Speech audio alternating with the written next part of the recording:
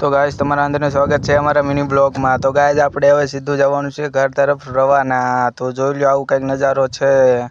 તો ગાઈસ સીધા આપણે ઉપડી ગયા ઘર ભેગું થાને તો ભાઈ। પછી સીધી એક બાઇક મળી ગયું અને બાઇકમાં બેસીને આપણે સીધા થઈ ગયા રવાના। તો આપણે અત્યારે 2 કિલોમીટર જે આમાં બાઇકમાં કાપવાનું છે। બાઇકને કીધું ધક્કો તો નહીં મારવો પડે, જવા દ્યો જવા દ્યો જવા દ્યો।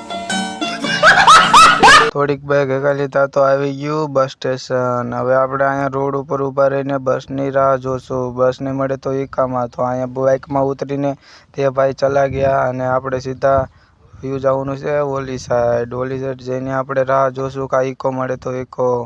તો સીધા 2, 5, 10 મિનિટ ઊભા રહીને તા મળી ગયો ઈકો। ઈકાવાળાએ એટલું લીવર માર્યું તે 2-3 મિનિટમાં તો સીધું આવી ગયું વિનનગર। વિનનગર પતી જ ગયું તા તો સીધું જ આપણે આવી જાય છે આટકોટ। આટકોટનું તો ઓલું જીઓ પેટ્રોલ પંપ હમણાં સીધું આવી જ જાય છે। તો આ છે કંઈક અમારા ગામનું જીઓ પેટ્રોલ પંપ।